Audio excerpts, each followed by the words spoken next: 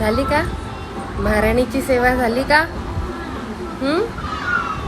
रात्रीचे 2 वाजून गेलेत आणि महाराणीची सेवा संपत नाही. हा,